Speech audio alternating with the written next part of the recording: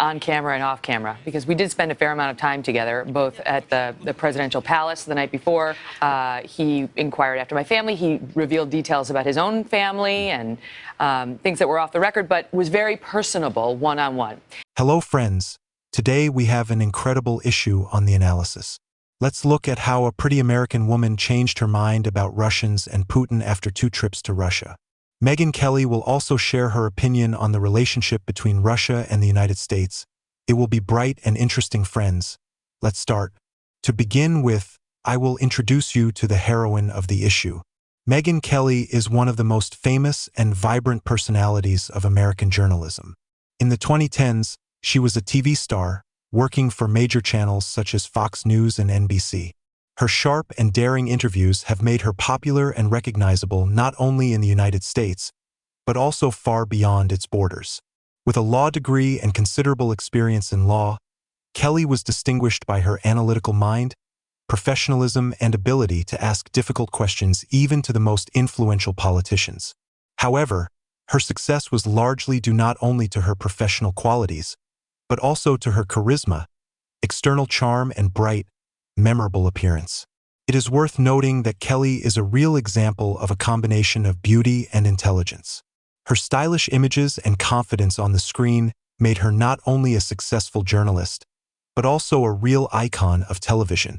Many Americans admired her forthrightness and willingness to talk about difficult topics, which eventually became her calling card. Megyn Kelly can rightfully be called a woman who knows how to achieve her goals while remaining true to her principles and professional ethics. And now for the release, the show begins with the words of the presenter, quote, "One of the most famous American TV presenters, Megyn Kelly, has already interviewed Vladimir Putin twice and also moderated the St. Petersburg Economic Forum. Kelly is not only a talented journalist, but also a serious lawyer. According to her biography, it can be said that in 10 years of work she got to know Russia well and formed her own opinion about our country. For an American, her views, especially in today's political environment, can be called bold." Our colleague, TV presenter Safiko Shevardnadze, interviewed her specifically for her program. Next, the interviewer asks a question softly. "You first visited our country when you were invited to be the moderator of the St. Petersburg Economic Forum, and later you interviewed Putin. Many of those who have never been to Russia go there with a set of prejudices, hoping to meet at least a bear on the street. Was what you saw different from your original ideas? What surprised you?" The answer is clear.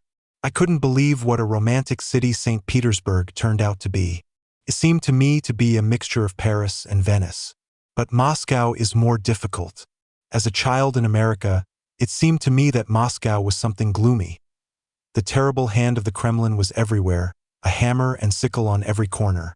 I would never have thought that this city could be so international, multicultural, and, most importantly, that I would like it so much. I was amazed. This is an amazing city. The first thing I thought when I got to Moscow was that I wanted to come back here with my husband." "Were you recognized on the street?" Safiko asks. "For the second time, yes. It was very pleasant, I must admit. I really liked the Russians. Of course, it was exciting that someone would recognize me on the street. You know, it's a little encouraging. Despite all the nonsense that's going on between our politicians, we ordinary people can still find a common language," Megyn replies. "And what worried you the most when you went to Russia?" "I watch American television and understand that the image of Russia there is greatly distorted. It is strikingly different from what you can see with your own eyes. I wasn't worried at all about the Russians themselves, but naturally we were worried about the Kremlin listening in on us. We know that such things are possible there. Besides, I was on my way to interview Putin, so a little paranoia wouldn't hurt. I mean, yes, paranoia, but maybe that's not the right word. We had good reason to believe that people from the government would keep an eye on us. In principle, it's okay, we didn't do anything unexpected. But still, this does not happen to me at home." Your interview with Vladimir Putin. After all, he also has a certain image of Western, especially American media, where he is often represented as a villain from James Bond films. Have your stereotypes been confirmed or dispelled in live communication? You know, I had 2 Putins both times when I met with him. There was one Putin whom I recognized behind the camera. Kind, warm, smiling, joking funny, telling cute stories about his family. asking about mine. And then there was Putin in front of the camera, much more explosive, like a boxer ready for a fight. I liked both of them. And then the brightest part of the interview begins. Friends, we listen and watch carefully. I was very pleased that Putin turned out to be so polite in personal communication. Sparring in front of the cameras was also exciting. It became clear why it was necessary. I understand that if you argue harshly with him, discuss his policies or relations between Russia and America, of course, you will get a harsh version. But if you just chat in a nice, sweet tone, then you can talk quite calmly. I can say for sure that after these 2 meetings, I left understanding him much more.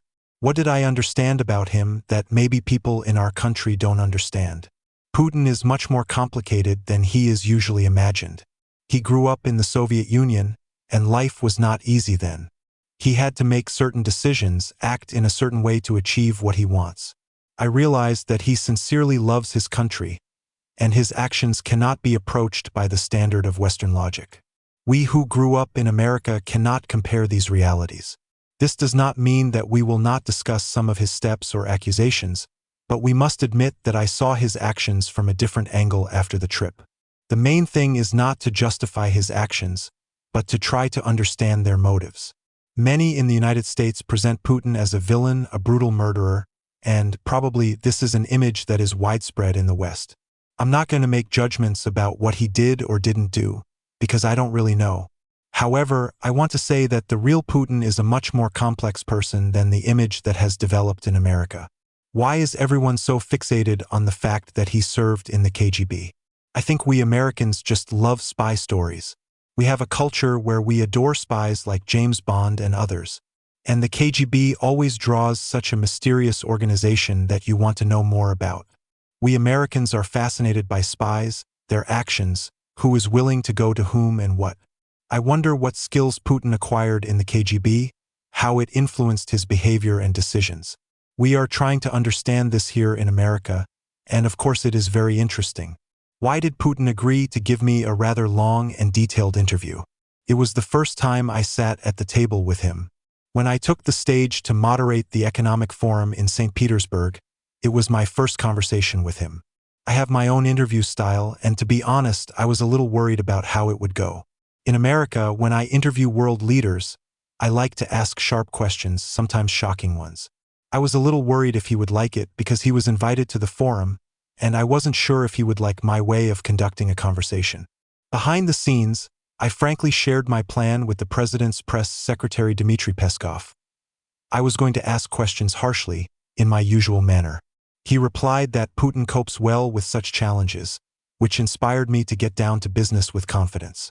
A lively, heated conversation took place on the stage. I noticed that he liked it. He clearly enjoyed the intellectual challenge. Putin is a very smart man, and I understood that no question could take him by surprise.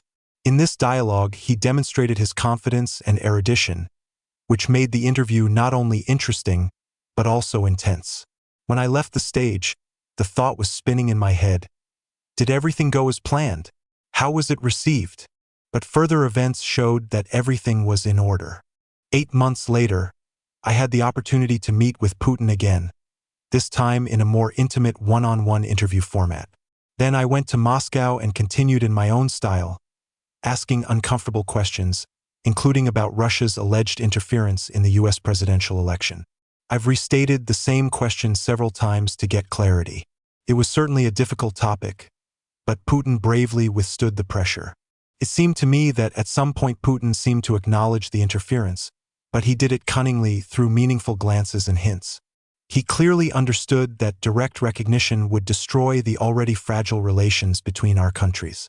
Instead, he quickly turned the conversation in a different direction, emphasizing that such things happen everywhere and are part of world politics. Despite this, he expertly refuted my insinuations, while remaining calm and demonstrating incredible skill in managing the conversation.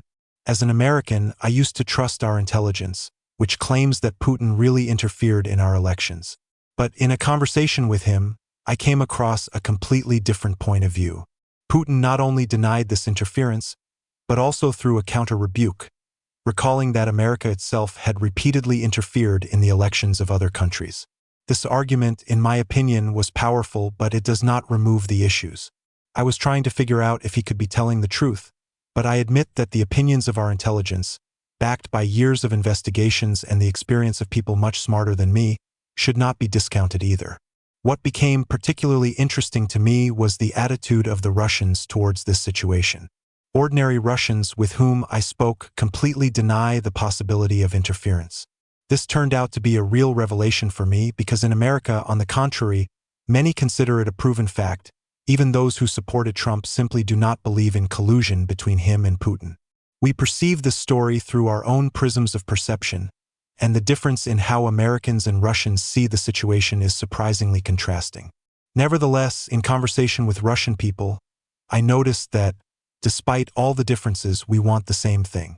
Russians want a good education for their children, a decent life, stable prices for gasoline and groceries.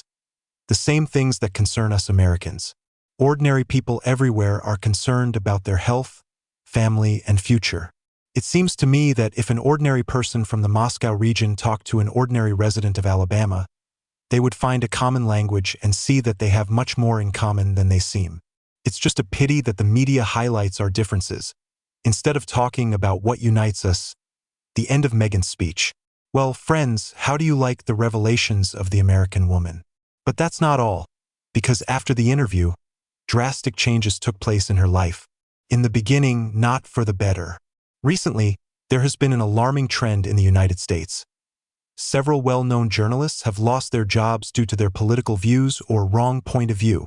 This phenomenon, which has become almost commonplace for the so-called Western democracy, continues to surprise with its inconsistency.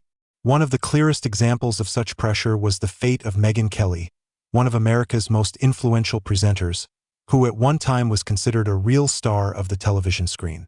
In the 2010s, Megyn Kelly was at the peak of her career, earning an impressive $16 million a year. She became widely known for her sharp and sometimes provocative interviews that she took on Fox News and then on NBC. However, it was her professional success that eventually turned into problems for her. One of the key events in her career was an interview with Russian President Vladimir Putin, which took place on March 10, 2018. This conversation, according to many, was her personal victory as a journalist, but soon it cost her her career. After meeting with Putin, Megyn Kelly openly expressed her admiration for the Russian leader.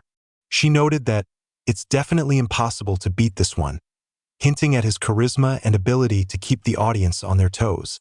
However, such statements have not been ignored in Washington. Despite the fact that the interview passed calmly at first glance, the journalist received a black mark on the political sidelines. About 6 months after this conversation, she was fired from the TV channel.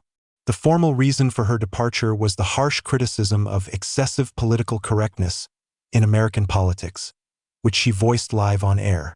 However, many are sure that the real reason was her interview with Putin and the warm reviews about him. After her dismissal, her career in major media was effectively over. Megyn Kelly began to be called an agent of the Kremlin, and attempts to find work on other major TV channels were unsuccessful. As a result, she switched to working on the internet, where she hosts her own podcast and also collaborates with a small radio station, Sirius FM. This case was one of many examples of how the American media environment is becoming increasingly intolerant of any manifestation of alternative points of view, especially in the run-up to the elections. Against the background of these events, Kirill Klimanov, head of the Information Programs Directorate of Channel 1, made an unexpected offer, inviting Megyn Kelly to become his co-host. In his statement, he noted that the fate of the journalist is symbolic, since it was the interview with the Russian leader that became the reason for her dismissal.